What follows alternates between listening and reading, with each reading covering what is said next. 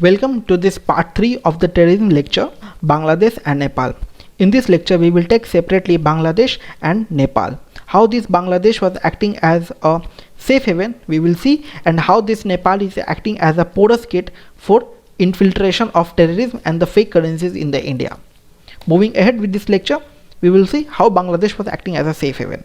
So lots of northeast insurgencies outfits was present in India, and whenever Indian security forces attacks on those northeast insurgent outfits, they used to flee in the Bangladesh soil, and they were getting support as a safe haven. They will used to hide on their soil, and ultimately as soon as they fled from the Indian soil, it was very difficult to find them and kill them. So that's why this Bangladesh was acting as a safe haven. Similarly, Myanmar was also acting as a safe haven, which we have talked in the part 2 of this video lecture. Please note, please go through this lecture till the end. This will get a clear-cut picture of this lecture. Further, I will request you to go through the northeast insurgent outfits for greater explanation how this northeast insurgent outfits was a challenge for India. So ULFA, NDFB, these have been getting shelter in the Bangladesh under the military rule, and as well as when the BNP Bangladesh Nationalist Party was in power.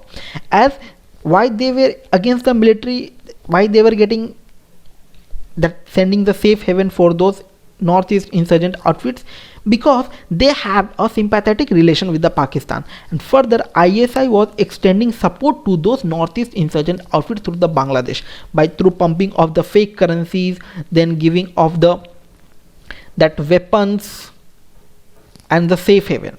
So ultimately these two groups, that the military and the Bangladesh National Party, were against the Indian government, and ultimately they were helping those outfits in hiding on their soil. So these safe havens have been destroyed only after the Awami League, when they came into the power under the leadership of Sheikh Hasina. It was around, I think, 2010. Sheikh Hasina is nothing but she is a daughter of Sheikh Mujibur Rahman, who was the first prime minister, the founding father of the Bangladesh. So India helped them in the liberation of Bangladesh from the Pakistan. Earlier it was the East Pakistan. So thus this Sheikh Hasina has a sympathetic relation with the India, and their government helped India in tackling with those northeast insurgent outfits, and ultimately we have eradicated those outfits from the Bangladesh soil and the India also. Apart from these northeast insurgent outfits, we have a Huji, Jamaatul Mujahideen. They were backed by the ISI. ISI used Huji to carry out number of terror attacks in India, and it also promoted Jamaatul Mujahideen, which is a radical student organization to promote radicalism and extremism in Bangladesh. So ISI is the main reason of giving the safe support. Like in the Myanmar, the China was the main reason for giving the support to the northeast insurgent outfits through the NSCN Isaac Muiwa faction, NSCN Kaplang faction. NSCN Kaplang faction was getting support in the Myanmar, and NSCN Isaac Muiwa faction was getting support in the Bangladesh. Just remember two things. NSCN K, that is Kaplang, the name of the leader, were getting safe haven in the Myanmar. NSCN Isaac Muiwa faction were getting safe haven in the Bangladesh. In the Bangladesh, with the help of this Jamaatul, that is Sheikh Hasina and all, we have completely eradicated the NSCN Isaac Muiwa faction, but NSCN Kaplang faction is still active in the Myanmar because they are getting support from the Myanmar government, and this Myanmar government is not doing on their will, because there is nothing any that rivalry between India and Myanmar government. It was they are doing because in the force of, because of the enforcement of China. So moving ahead, operation all clear. So when the Bangladesh border acting as a safe haven for them, so Indian security forces started to go with the surgical strike.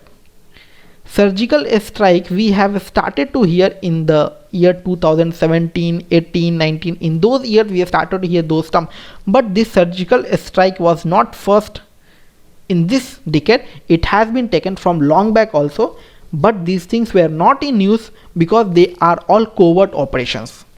Thus we never heard surgical strike before the Uri attacks and all.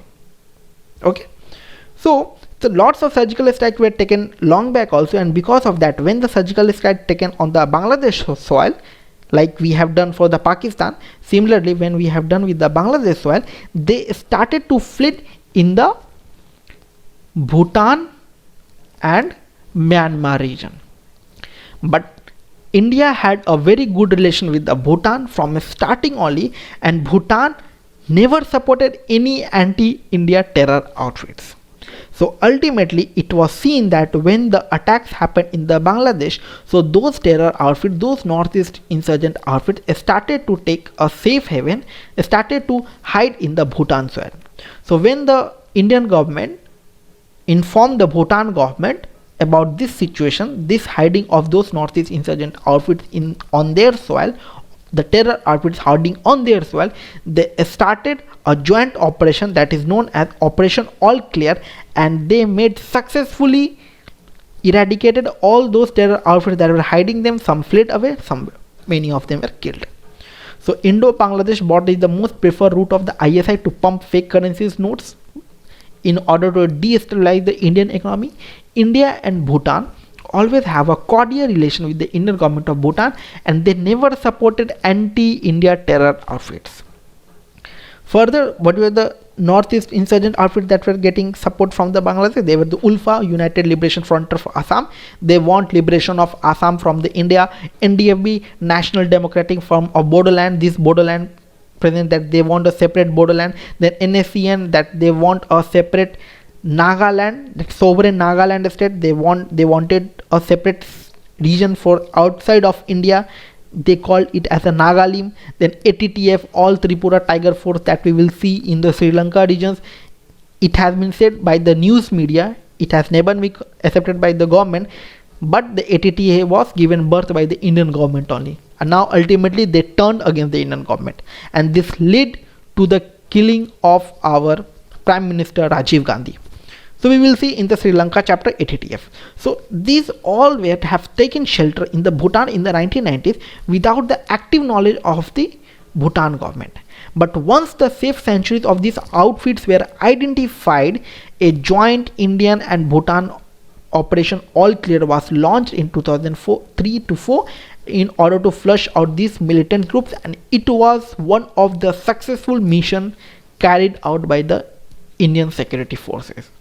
Okay, this was all Bhutan. Now we will see Nepal, how the Nepal is acting as a porous window for terror outfits. In Nepal, only a major outfit which is a threat to India has been Communist Party of Nepal, which had declared a civil war against the government of Nepal in 1980s and 90s. So these were the Maoists working in Nepal. They had a close connection with the Naxal outfits in India. I have made a separate lecture on the Naxalism and Maoism. So these Naxal outfits in India were getting birth from the which village? From the Naxalbari village of the West Bengal, present in the Darjeeling region.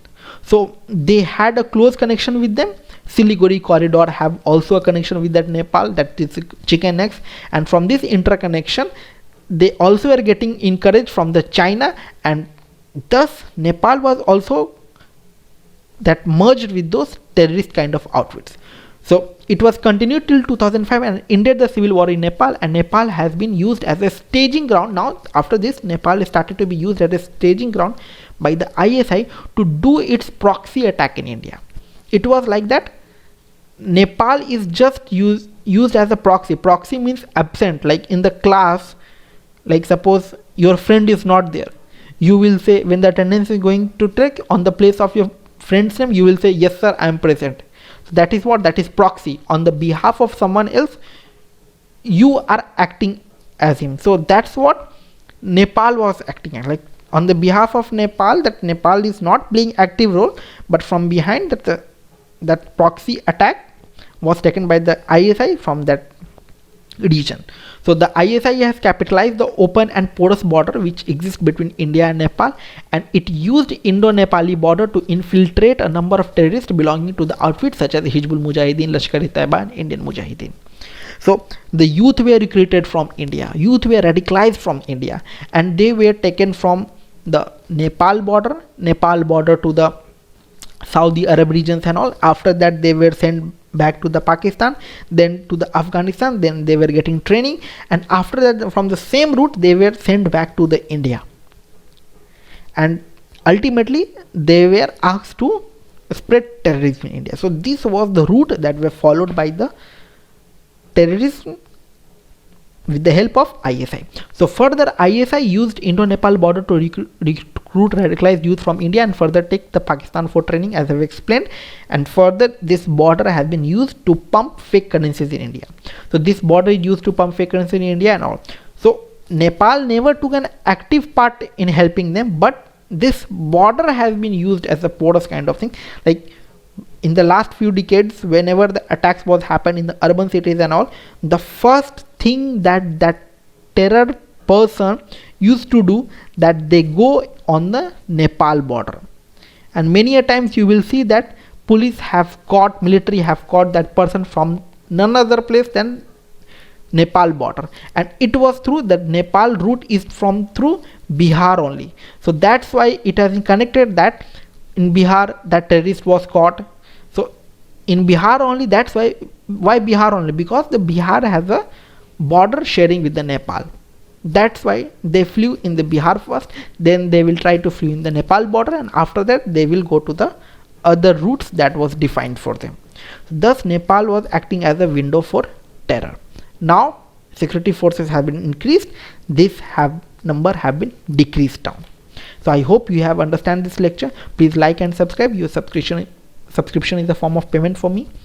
If you want any on-demand video lecture, if you have any suggestions, feedback, please feel free to ping on my Twitter handle. Thank you.